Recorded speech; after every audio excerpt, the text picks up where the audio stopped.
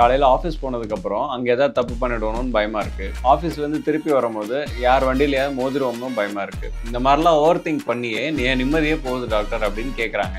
உங்களையே நம்பி இருக்காங்களே இவ்வளவு மக்கள், அவங்களுக்காக நீங்க என்ன பண்ண போறீங்க?